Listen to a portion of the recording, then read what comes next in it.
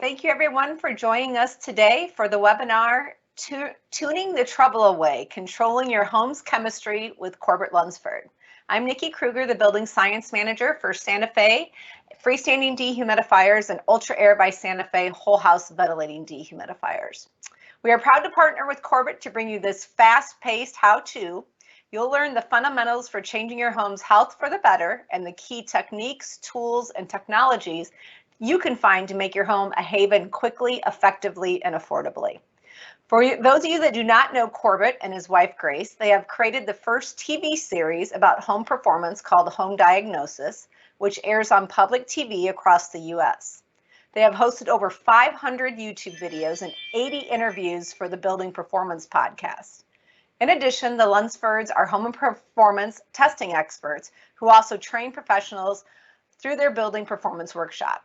Before handing it over to Corbett, I just wanted to let you know that you can ask questions by using the comment box located up in the right-hand corner with the question mark. We will be taking questions at the end. Corbett will be answering these questions of the presentation. And with that, Corbett, take it away. Awesome. Thank you so much, Nikki. And so everybody knows, please do keep your questions coming in the comments box and we'll get to them all at the end. Also, Nikki is a technical expert herself. She knows a lot more about certain topics than I do, so she might be able to answer you directly as we go. I want to thank Santa Fe and Ultra Air again for making this series possible. This is a preview of what you are going to see on our television series Home Diagnosis in PBS land on public television stations in 2022.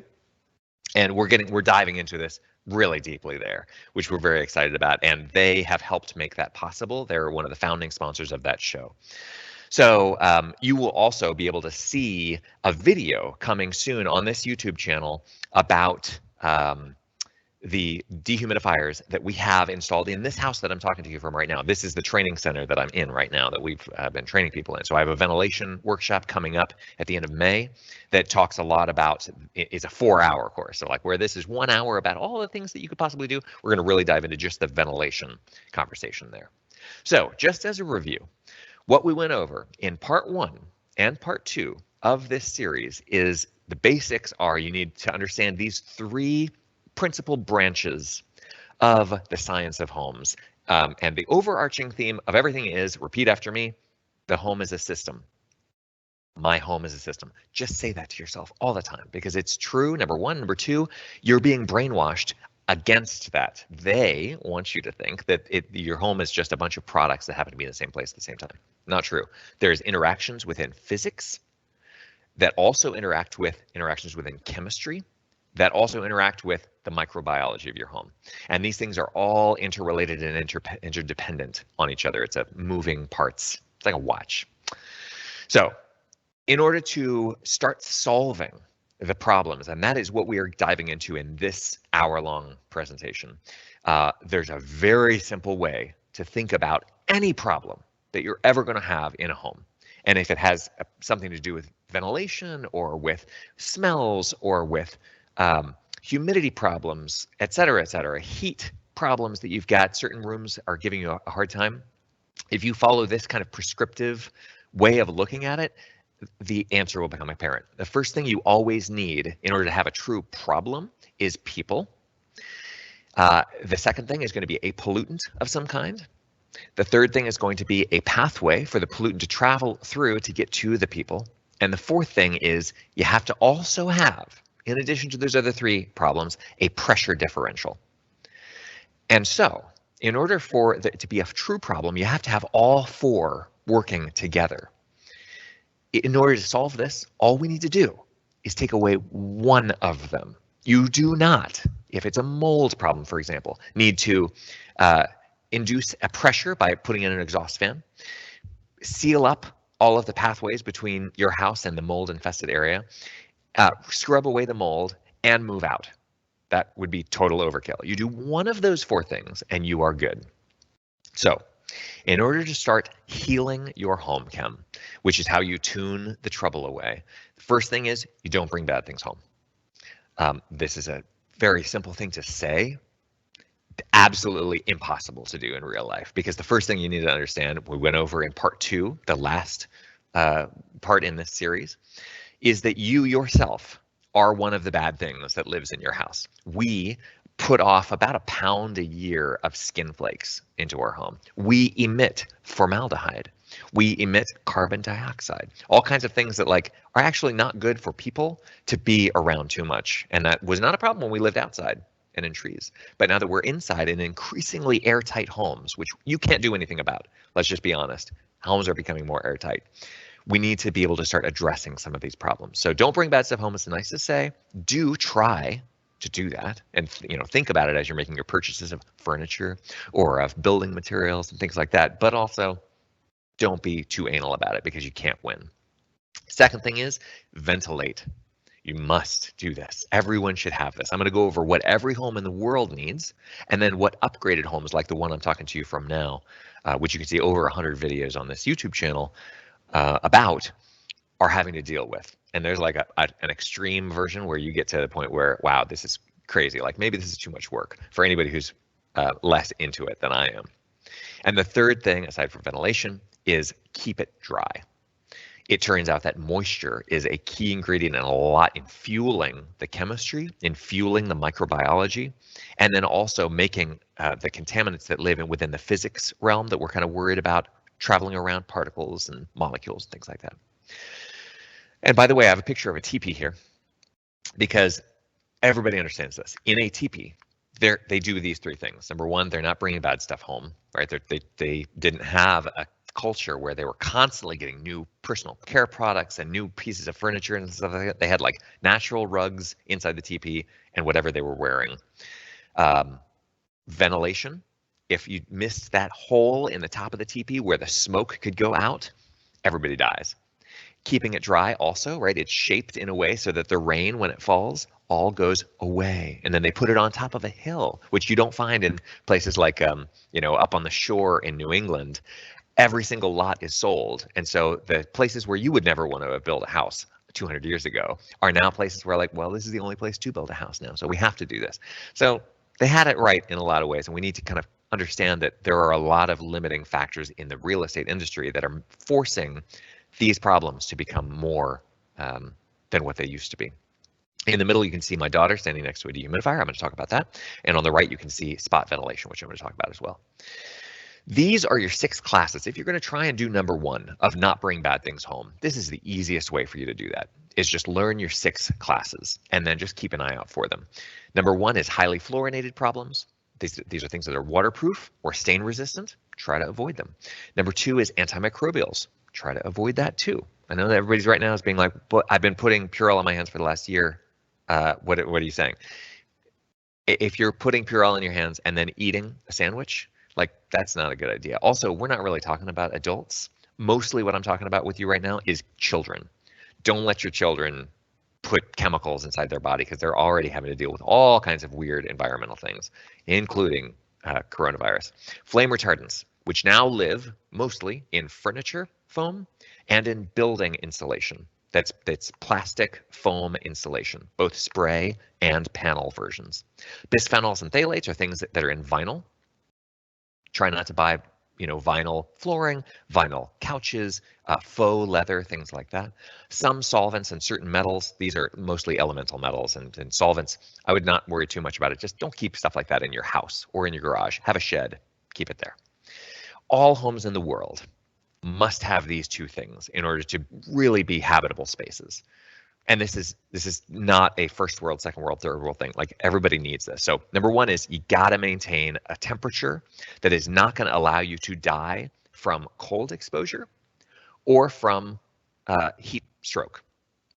So we have to be able to maintain that range because you've got to spend money on conditioning. Heat stroke is real. Heat exposure, cold exposure does kill people. So we need to make sure that we take that seriously. And when we then have the relatively insulated and airtight home that must be available for us to maintain that temperature, we need to have exhaust fans where contaminants are created. And an exhaust fan, if you're just using a TP style, it would just be a hole in the top and a hole in the bottom. And that does work. It's not very good, but it does work. Upgraded homes, like the ones that you would buy that are code minimum built in almost any state in the country right now. they're going to need these additional things because we frankly are building more airtight, more insulated, and with a smaller HVAC system because of that airtight and insulated enclosure. You're going to need filtration, more serious filtration. Most of the time, if you're getting just a builder special on your HVAC, you're getting this filter that you can actually see through. We call it a rock catcher. It's for just making sure that giant hairballs don't go into the fan. It's to protect the equipment. Humidity control is incredibly important. As I just mentioned, the HVAC systems are getting smaller because homes are becoming more insulated and more airtight.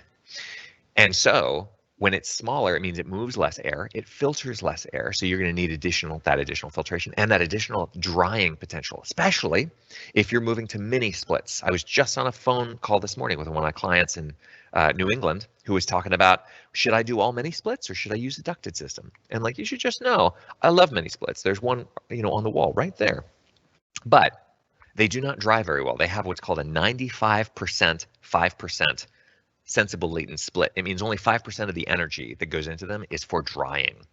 And you can find stuff like where it's 30% of the energy that's going into a normal air conditioning system would be for drying energy. That's a difference that we need to pay attention to. Fresh air ventilation is something that upgraded homes are going to need. In fact, it's in the code. And a lot of builders and a lot of code officials don't actually understand this. It's not in what the same code that is referring to air tightness and insulation. That's the IECC. In the IRC, the International Residential Code, there's a stipulation that if you build a home this airtight, which almost everybody is, you must also then introduce fresh air on purpose with a machine. Opening a window doesn't really work anymore.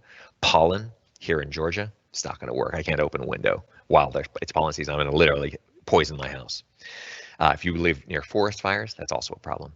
Pressure equalization is the last thing, and that becomes such a big deal in a house like ours that if I was to install, let me just talk about the tiny house. We lived for 5 years in a tiny house on wheels, 200 square feet. Our blower door test was the same as a normal bath fan. If I went to a home improvement store and I bought a bath fan off the shelf and I installed it in that tiny house, every time I ran it, I would be doing a blower door test, which is the craziest thing you could possibly do to your house. You will grow mold in that house if you did that. So all these side effects, the home being a system, become really important in trying to kind of predict and prevent all of the side effects that might be negative. The side effects that are positive are great. And that's what we're trying to solve with a lot of these things. So the heroes that we're talking about here, and you'll notice that number 1 in my list of things to do, don't bring bad stuff home, is red, because you can't do that. So in the interest of doing number 2 and number 3, here are the list of things that every upgraded home should have. Number 1, kitchen exhaust. And in fact, I'm going to say every home in the world, kitchen exhaust, big deal. In some places in the world, you should feel good about this. In some places in the world, they use excrement from animals, like in India, and plastic trash to fuel their cooking fires. That's like a pretty interesting chemistry experiment to have inside of a home. So that's where they do a lot of outdoor cooking in places that they might do that, but that's just not good for you to breathe. It's not good to soak into your cooking. It turns out that cooking with gas is something that adds chemistry to your home. And in general, just cooking all the time is going to create particles, which isn't so much a chemistry issue as much a breathing in issue, which we went into quite in detail in session number 2. So I will go into kitchen exhaust, what exactly you're looking for, how you want this to perform. Filtration. And I will point out that every piece of ventilation equipment is going to come with a filter in it. Some ventilation manufacturers make a MERV 13, which is like, that's where you should be going. That's probably where code is going to be pointing when we start taking people's health really seriously. MERV 13 is standard. And in the case of an Ultra Air, that's what I've got here in the house. That came and it was just part of the system.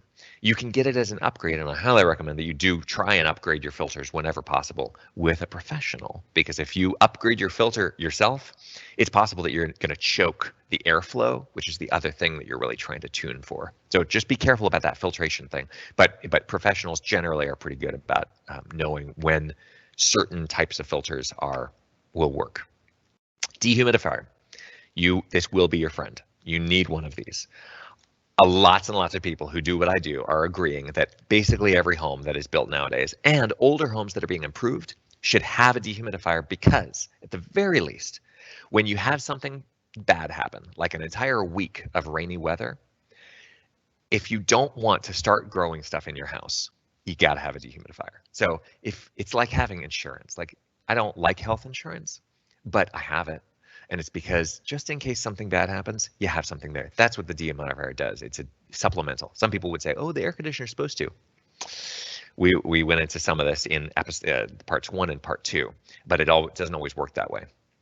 Ventilation system, not just spot exhaust fans, which I am going to talk about some, but the actual system that is more than just one product that you bought off the shelf and put into your house. A system is something that's like a little bit more subtle than that. It can do more things. HEPA vacuum, really serious. We're putting this into the home diagnosis television series as well. Most people have no idea what filter is in their vacuum. I went shopping for a dust buster, a hand vac the other day, and you can buy HEPA filtered hand vacs now. They're very easy to come by, and it's not going to break the bank or anything like that. It's just going to make sure that you don't pick up gross stuff that's on a surface safely lying there and eject it up into the air where your children can breathe it and then become poisoned by it.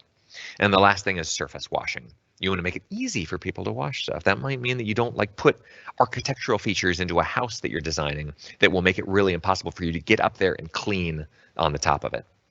So in the interest of helping you with at least one tidbit on how not to bring bad stuff into your house, aside from the 6 classes, which you can learn more about again at that link that I showed you, 6classes.org, radon is a thing that not a lot of people take very seriously. I will tell you that if you build airtight homes, it doesn't really matter what any of your neighbors are reporting. And this is something that I think is a big problem that's underreported. If you have a neighborhood that is a lot of very leaky houses, and you have people testing their radon in those houses, and it all comes in low, and then you come in and you built a house that's going to be more comfortable, going to be more energy efficient, durable, have less moisture problems, less humidity problems, be healthier. You will have a higher radon level than your neighbors, period, because you have a more airtight shell.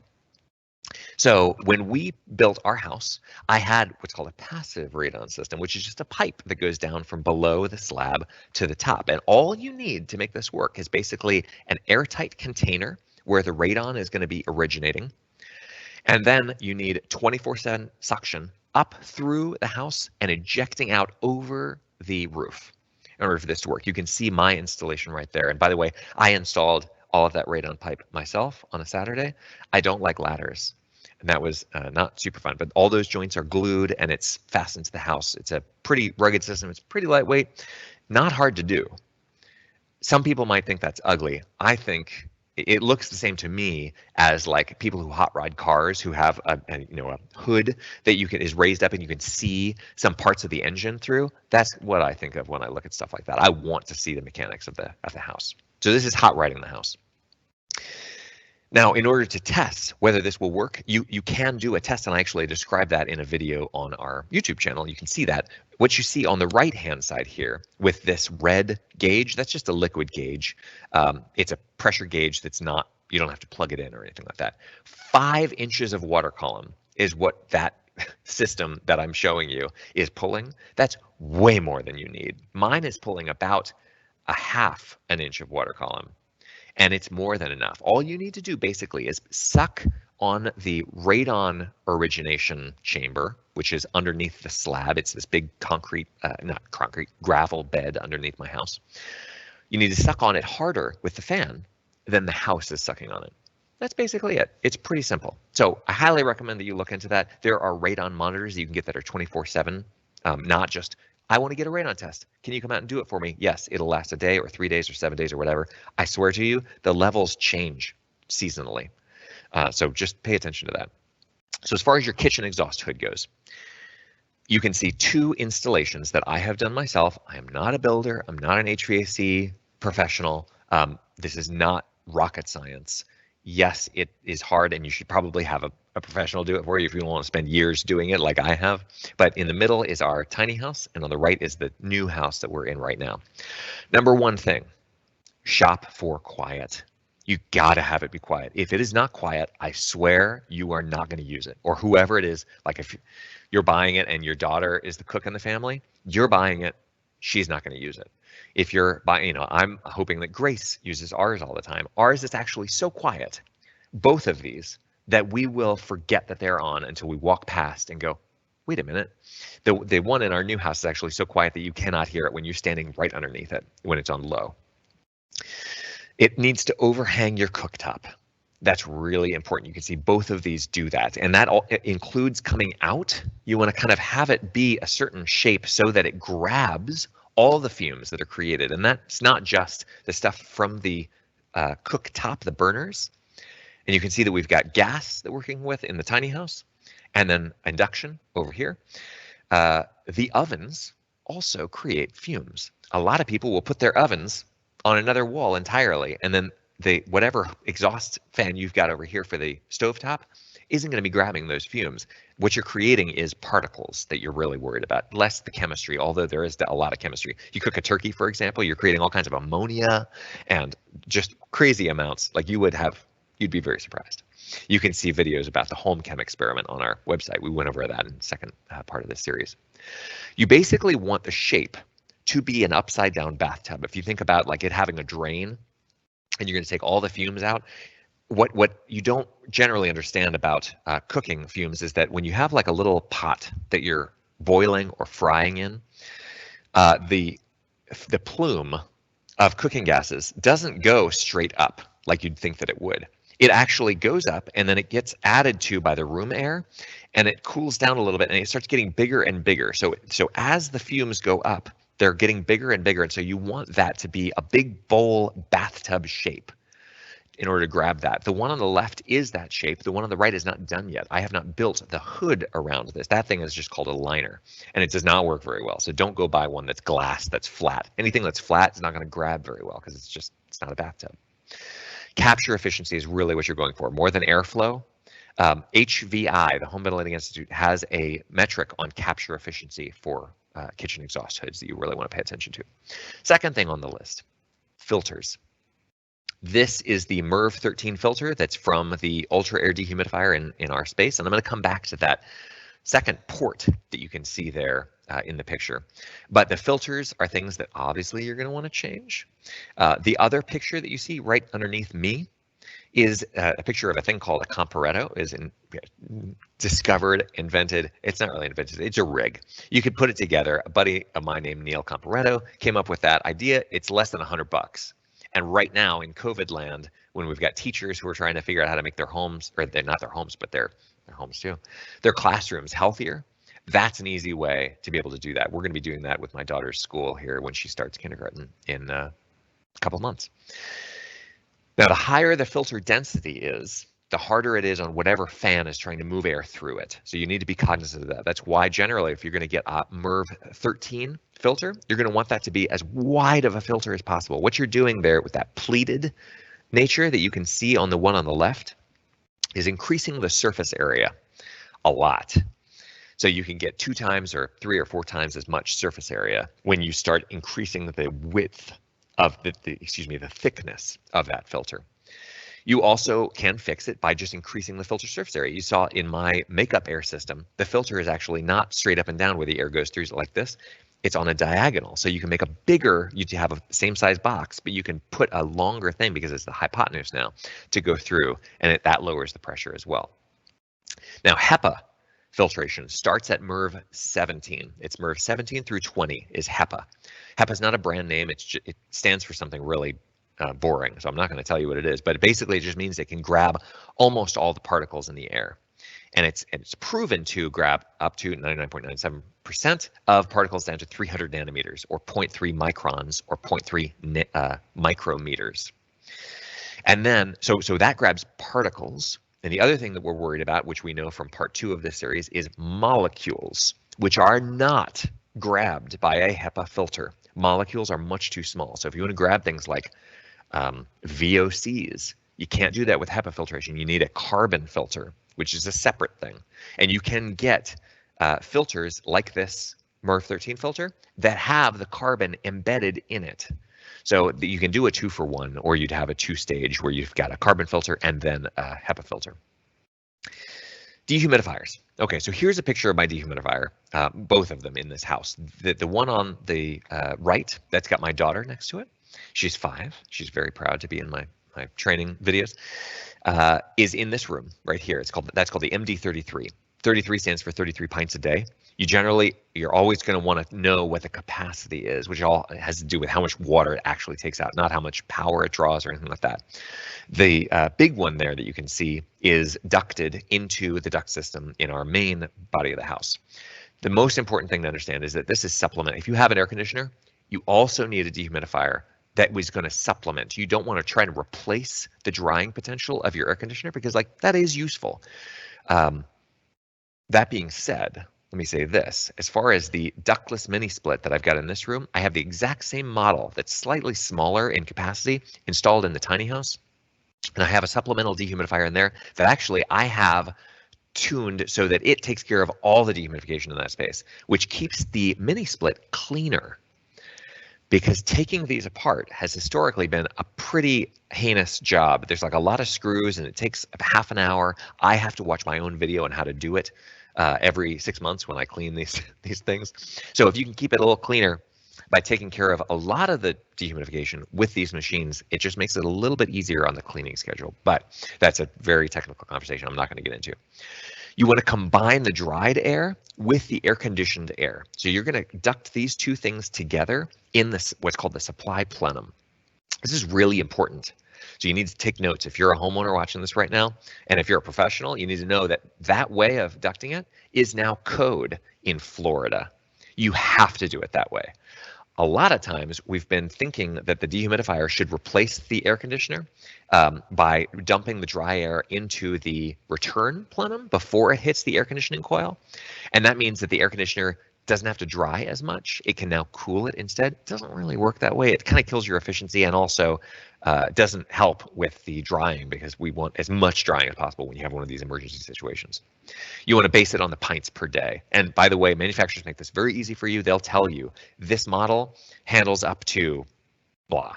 So this, the big one there that you can deduct it in, that handles up to like a 2,400 square foot house. Feel free to correct me, Nikki, but it's a 120 pint per day. Oh, by the way, let me make one other point, and this is important. I don't know how exactly the standards for manufacturers work, but a lot of manufacturers will tell you what the capacity is at 80 degrees and 60% relative humidity, which, and Nikki, if you want to jump in here and correct me about this, please feel free. But there's two levels. There's I think one of them might even be at 90 degrees or something like that. But the other, that's not a reasonable level. So if they tell you that this thing could pull out 1 million pints per day, if it's 1,000 degrees and 1,000% relative humidity, that doesn't make any sense. So you need to kind of compare apples to apples. Can you please elaborate? Yeah, that would be, so the old Energy Star rated all dehumidifiers at 80 degrees and 60% relative humidity.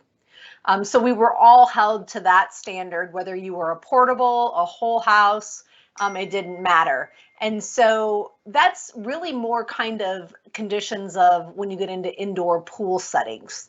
Reality is our homes typically are around 75 degrees, 73 degrees, and 60% relative humidity. So the new standards actually that the DOE has implemented is more real life conditions, and portables and ducted are now rated at different conditions, because usually portables are in a cooler situation like a crawl space or a basement. Right. And I think they're being rated at 68 degrees. So, and what happens is the capacity of the unit will go down at cooler temperatures. So 70 pints is only 70 pint dehumidifier at typically 80 degrees and 60% relative humidity, and you'll lose some capacity. But the reality is once you start drying the air in the home or the crawl space or basement, you're going to need a lot less dehumidification over time, keeping it to where you want it. And those finer points, thank you, Nikki, are one of the reasons you might want to buy a dehumidifier off of Amazon. I know that they're taking over the world and everything. But this is where you could really rely on the technical expertise at an actual manufacturer. So I might recommend that you reach out to somebody who actually manufactures these and be able to get the tech support. This is what it looks like when you have a dehumidifier that is kicking butt. This is a picture of this house with the Ultra Air dehumidifier working. The orange line that's going almost perfectly flat across this thing is the dehumidifier. Excuse me, that's the relative humidity. So you can see the temperature goes up and down, but the relative humidity stays almost completely flatlined. That is a beautiful graph, and that means that this machine works. So you want to prove that it works. Don't just put something in. And by the way, like I already told you, I'm not an HVAC professional. I'm not an electrician. I wired up my own thermostat, and Ultra Air has a controller that will control this thing. Where you put it is very important. I put mine inside of the return plenum, and it turned out that I didn't wire it properly. So for like a week, it wasn't actually working. I thought it was, but it wasn't. And that might happen to you as well. So just make sure that you have, like, getting metrics like this, super easy nowadays. There is no reason not to have something that can track the temperature and humidity in your house. Ventilation. Ventilation is not optional, just in case anybody was wondering. Again, there's 4 ways you can do this. Number 1, you have exhaust fans. Gotta have them. You got one in your kitchen, because we already talked about that is the number 1 thing that you need to put in your house in order to control and heal your home chem. You have them in bathrooms. What are they for in bathrooms? Well, they're for exhausting humidity from showers and baths. And also, they're there to get rid of odors that come from when you use the toilet. And I'll show you one way to cure that, like, very elegantly. That I'm not a rocket scientist, again, but it's not hard to do. So you can use your exhaust fans that you already have built into your house to run 24 hours a day at some level, or run one of them for 24 hours a day to just keep air moving through your house. You can do that. That's not a very good way to do it. It's not elegant, and it might not introduce air from places that you want, because it all now comes from gaps and cracks. You can use supply ventilation, which means that we're going to be pushing air in, and then air must find its way out through gaps and cracks again, or more likely through the ducts that are attached to your exhaust fans, because those have little flappers in them that'll just push right open if you pressurize the house. Those are both solid ways to do this. You can use those. Balanced would be using a combination of those 2 things, where we've got exhaust fans and we've got supply ventilation. That's all nice. And then the most intense way to do this, which is also the most expensive and takes potentially the most maintenance, but it's worth it if you have a house like this, is energy recovery. And I'll explain all of these ways. So first of all, exhaust ventilation. You can see my beautiful daughter standing next to a toilet in our house. And next to that toilet is the exhaust duct that goes to the ERV suction line. That means that when air is exhausted out through it, air comes in to replace it from under the door and makes a beeline for the toilet and hits your face as you're sitting on the toilet before what is happening underneath you gets to marinate up your body and go out through the ceiling, which is where we normally put the exhaust fan. So I'm just going to say, feel free to steal that idea. It's not hard to do.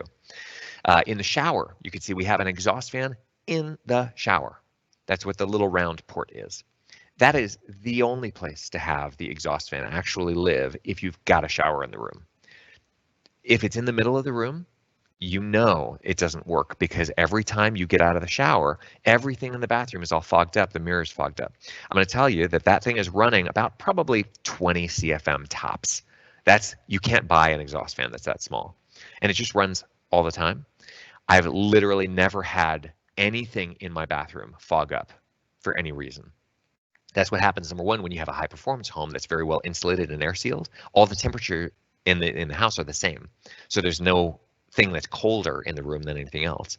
And that thing works all the time, and it directs the air in the right direction. It's just kind of inducing this imbalance that means that I've got this tidal movement of air in the right direction. So you need to have that negative pressure.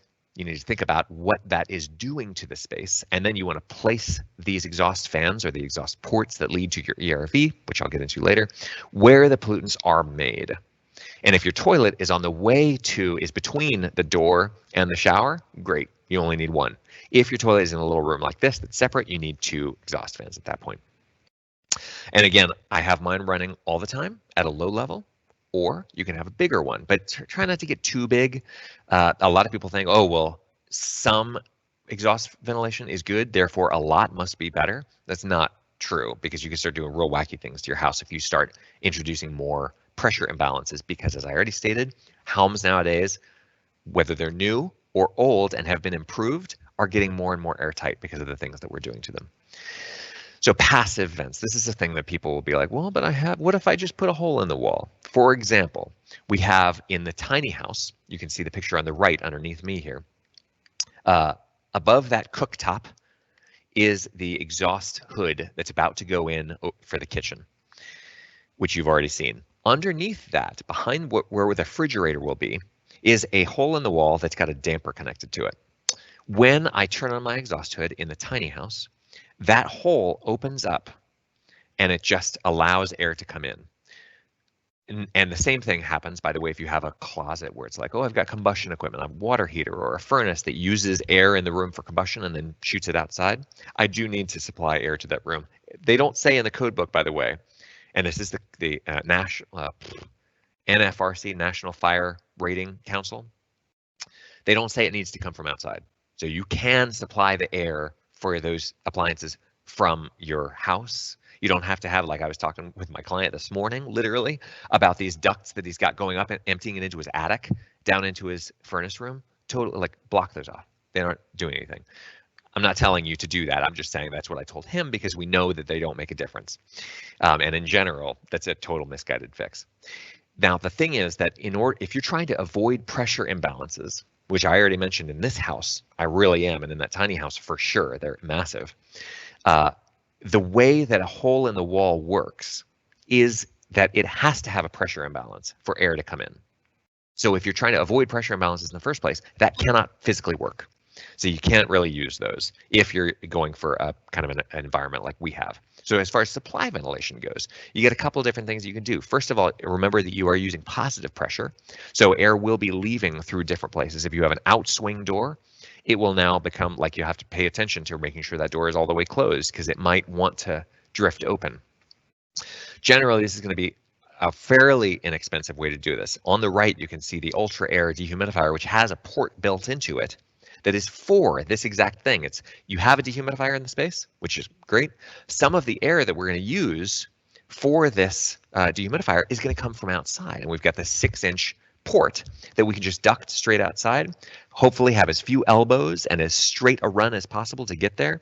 And then every time the dehumidifier runs, some of the air that it's pulling is coming from the house and some of it is coming from outside. And now we've done a 2-for-1. We've got a ventilating dehumidifier. And you can do this with just a simple duct and a simple damper, but of course you're definitely going to want to test that in any case, because you want to know what is going on and before you start using something.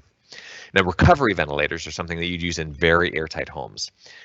ERV or HRV are the two different kinds. And interestingly, as just a side note, I love that Ultra Air used to have a ventilating dehumidifier with an ERV core built into it, which I thought was pretty fascinating. I can't remember if it was an HRV or an ERV. Nikki, you can correct me later. But an ERV tries to equalize both the temperature and the humidity of the incoming and outgoing streams of air. An HRV only tries to equalize the temperature. And that's basically all you need to think of it. It's an equalizing ventilator. So it equalizes the pressure in the house and it equalizes the temperature and the humidity potentially if you get the ERV core. This is really the way to go for a really tight house where you just can't deal with pressure imbalances. And it just means that you're going to have an extra duct system. You're going to have at least an extra half duct system. If you're using it the best way possible, which is how I went a little overkill. So in this house, I've got 2 whole duct systems. One is for my heating and cooling system and my dehumidifier, and one is for my ventilation. You want to be able to pull, if you're going to be exhausting air from your house anyway, pulling it from showers and from next to toilets and from a cat litter box, which is one thing that we're doing in our house, is great, because now I don't have to have additional bath fans, which introduce pressure imbalances, which I'm trying to avoid, which I already explained to you. And then you could just dump all the supply into the duct system just to be distributed throughout the house. I went the extra mile and I did a totally separate one, so now I'm introducing fresh air separately into all the bedrooms. so that it doesn't just go wherever the path of least resistance leads it. I want it to be distributed equally throughout the house, and that means that it's more expense, more time, more materials. Now, just to make sure that everybody's clear, we have been through this presentation. Some people are going to catch the gist of what we were talking about and then go and talk to somebody who's going to try and sell you one of these things. An attic fan, attic ventilation is what they're going to call it. That is not what I'm talking about. Please do not go buy, as a result of anything that I've said here or on this channel in general, anything that is going to suck air from your attic to outside. They will tell you that it's going to save you energy. They'll tell you that it'll make your house healthier. They'll tell you whatever they want because they're trying to sell you something. It does not do what you think it does. And also, you shouldn't have to care what temperature your attic is if the attic is air sealed properly, which we show a lot of on this channel. Warming wires to solve for things like ice dams. Again, like that's way off the beaten path. And then adding insulation without air sealing first. Also that's absolutely wrong. Those three top things, just don't buy. Don't spend any money on those things because they are not, even if it's like a part of a quote that's including a lot of the things that we did talk about in this session. Now, below this line are some things that are like potentially pitfalls. They might work for you and they might be called for, but they get oversold a lot. Window replacement. It's not your windows. I'm just going to say that so that I can be at least the one person who said that to you. It's not your windows. It's probably a lot of other things that you can't see with your own eyes from your space. Tankless water heaters. I have them. I have point of use water heaters in this and then a tankless on the tiny house. They do not solve every problem for everyone. They're not a silver bullet. In fact, there's no such thing as a silver bullet. That's what we've talked about in part 1 and part 2 of this session. Spray foam insulation has flame retardants in it, which is one of the 6 classes that we talked about. Try to avoid if you can. And if you are going to use spray foam insulation, which is okay as long as you also have a ventilation system, you want to make sure that you do not spray foam everything in your house. I've had several clients over the years who have spray foamed everything in their house. And then, of course, they come and find me and say, how do I fix the fact that I feel sick in my house? And it's because we've got this plastic bubble that's off-gassing these flame retardants all the time, all around you. So using it in part of the house, okay, great. In some places, it's the only thing that can solve certain problems because of the way that it's applied. And solar electricity. I actually don't have solar electricity installed on this house at all, and I don't have it on my tiny house. Let's just leave it there. That has nothing to do with what we're talking about when we talk about home performance generally. So at this point, we're going to go ahead and take questions, and I'm happy to answer questions about anything, including the things that we just talked about, but specifically to do with the indoor chemistry, microbiology, and physics that we've been exploring over these last 3 sessions with Santa Fe and Ultra Air. Please do remember, before we get into the question and answer session, to go and visit Santa Fe Ultra Air. They've got great products. I partner with them because I approached them and said, hey, we have to work together. My clients need the things that you build, and you happen to be building some of the best stuff in the entire industry. They have great technical resources as well. These sessions are all recorded and are going to live on our YouTube channel because of the collaboration that we've had with them. So thank you for attending, and thank you to Santa Fe Ultra Air for making this possible. Let's go ahead and take some questions. Sure. So first of all, just Corbett, to go back to that heat exchanger. Please. We actually still do have the heat exchanger in the 155 and the 205. Okay. Dehumidifiers. And what it's used for is not a traditional what an HRV core would be used for. It is to pre-cool the incoming air to the dehumidifier, which allows us to get to dew point faster, and we can remove more water using less energy. So that's how that heat exchanger is applied. So same concept as the ones in the HRV. It's just that we're using without doing a outside to inside kind of exchange, more right in the box. So awesome. Yep. So okay, let's see here. First question: I've been told by my builder that our house is fine without any of these systems, even though I know better at this point. Am I right? He seems pretty sure and has built lots of houses this way. Right. So, okay. When I was building the tiny house, if you have heard me talk, even in just this one session, that I'm pretty sure of myself. Like I have done my research. I have a lot of experience in this field. I'm building this tiny house on wheels with my dad, who knows nothing about home performance building science stuff. He's a dad. He's a woodworker. He was a corporate and securities attorney. So he's like always about finding the details that are going to really screw us in the end. And I would explain like, oh, so here's what we're going to do with our whatever air tightness or insulation or ventilation system. And he would say something like, you sure you want to do that? And I would immediately crumble. I would feel like, oh, maybe I don't. I don't know. So I can imagine that, especially for women out there who are trying to get things done in their house, having some alpha male come in and say, why do you want to do that? Oh, you heard some webinar or you watched some video on YouTube that said you should. Like that's exactly the kind of mistake that all my clients have been making lately. They're doing some research online. So do beware of that, because that you are going to have people tell you you don't need this stuff because they've been doing it the same way forever and they've never had a problem.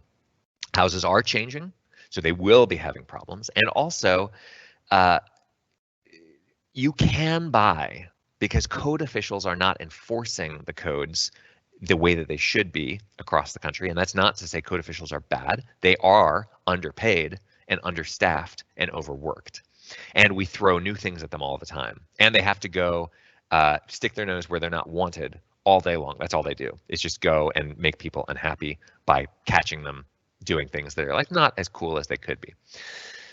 So feel bad for them, but they're not enforcing stuff. So you can buy a house that is the same technology-wise as a house that was built 50 years ago. This is something that Matt Reisinger talks about on his channel a lot. Why would you do that, right? So yes, you can buy that. Yes, it's cheaper and you'll pay less per square foot or whatever that means. This is the biggest investment in your life, so you want to take care of this. And I will just say from experience that I have lots and lots of clients who are in the situation that you're describing, where a builder builds a certain way and it's the way they always build, and then they move in and things go horribly wrong, and then you have to fix all the mess. And the builder walks away scot-free because this is not in the warranty in any state in this country. They don't have to make you comfortable or make you healthy. Just so that it's clear, nobody regulates this. That's a lot of what we talked about in part 2 of this series. So I just say stick to your guns, find another. I mean, like, if your builder's not going to honor a warranty, just know that's their right to do that. But you should definitely look into having this stuff done, especially if you're feeling symptoms from your house. Well, and I think just finding a knowledgeable HVAC contractor with Yes. a lot of what you talked about. And we do have on our website a dealer locator that can help with, contractors that we've worked for 20 years, some of them that know a lot about more than just dehumidification, but filtration and ventilation and all the things that you've discussed today.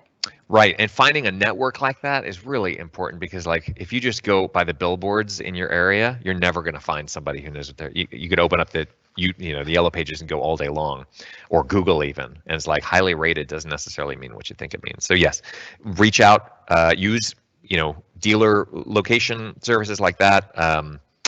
I have a page on our home diagnosis site that tells you kind of search terms to look for in your local area if you wanted to do it the organic way. But yeah, there's finding the person that's going to help you is a huge part of the battle. I just love the fact that you said Yellow Pages, because I don't even know if those are still around anymore. I hope they're not. I did need to start a fire next week, so maybe I can. Another question. My mom lives in an apartment complex and has problems with odors from neighbors. What can we do about it?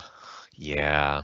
So that is one of those things that sometimes the bad news that I have to give people when I'm consulting for them and testing their homes is that these defects are built into the building or built into the house. For example, the shape of a house, you can't really change it once it's done. I've had situations where I'm in an attic and I'm like walking over conditioned space, and then I go underneath conditioned space at the same time. And that is like architecture gone crazy. And so the shape is one thing, but also when you're in a multifamily situation, and this is something that's we get into in the second season of Home Diagnosis, because you look into like advice for home improvement or indoor air quality, and all the advice is coming from, and Nikki will appreciate this, like white men from a certain class and education. I was part of this panel where like we were all white dudes, and I kind of brought it up, like we all are talking about houses, which is where we live, because we're college educated, like upper middle class. We have generational wealth that comes to us. What about all these people who live in apartment buildings who can't do any of the things that we're talking about? Like, have a mudroom in your house. Good for you. Don't go into elevators with people. How do you do that in New York? So I think that you should, number one, know that it's possible that you just might have to move out. Number two, you can use that approach that I talked about at the beginning, which is the 4 Ps. Again, it's people, pollutant, path, and pressure. You're not going to move out. Let's just say that it's like, my mom doesn't like Indian food. I love Indian food, but my mom hates the smell of curry for some reason. The Indian family next door is going to be cooking for themselves. That's nothing that I can do about that. The pathway, the pathways that we're talking about are generally going to be like built into the floor assemblies and the wall assemblies of the building. So there's no way to solve for that unless you're doing something crazy. There's something called aero barrier now that might work. I have not been shown any chemical data on that product, and so I do not recommend that right now because I don't know enough about it. But like, there are ways that are futuristic ways that maybe you could do that. My whole point there is to be like, you're probably not going to seal the pathway. Pressure would be your last option. So inducing a pressure that will make sure to pressurize your unit with relationship to your neighbors, which would mean putting a supply like something like, for example, the 120H that I showed that's in my house, which would be way overkill for yours. Ultra Air probably has smaller ones, but like a supply only ventilation system that will pressurize your house where you know where the air is coming from outside, and it passes through a filter that would be a MERV 13 recommended, and would be located in conditioned space, by the way, which is another thing. These boxes it's real hard for them to make them airtight at the factory. No offense to Santa Fe or anybody else, but they often are not as airtight as you would hope that they would be. So if you put that inside of a dirt floored crawl space, it might be picking up dust from the floor and distributing it into your house after the filter has already done its job. So just be careful about that stuff. But that would be a way that's not energy efficient that would solve that problem for you potentially. Yeah, we had a project here recently where townhouses, and there was the legalization of marijuana. And so in their child's bedroom, there was a very strong smell, and it was coming from the neighbors. Right. And they were running continuous exhaust ventilation in 2 bathrooms for their ventilation, to meet their ventilation code. So, if you are exhausting continuously, one option might be to do more intermittent, or, just at time that you need it to exhaust, because that will suck in quite a bit. 1 CFM out is 1 CFM in, right? Yep. So how can I tell if I have a chemistry problem or not? Okay. Well, so I'm assuming that anybody who's asking that question would have a problem with their home. Like, a lot of people wouldn't. Anyway, let me just assume that you're having some kind of an issue. If you're smelling something, then it's likely what you're smelling is a gas phase volatile organic compound, which we went over in part 2, is a solid liquid gas. So it's a gas version of a molecule that's got carbon in it. So it's an organic. Volatile means it's gas phase, it's evaporated, and compound just means it's a bunch of different molecules put together. So those are the things that you smell. So if you're smelling something, it's probably a chemistry issue, but that doesn't mean that you want to destroy it. And this is something to be really careful about. You'll notice that nowhere in my presentation, and in fact, we just saw something where like two of my mentors, Delphine Farmer and Dr. Rich Corsi from the Home Chem experiment, were quoted in like Better Homes and Gardens.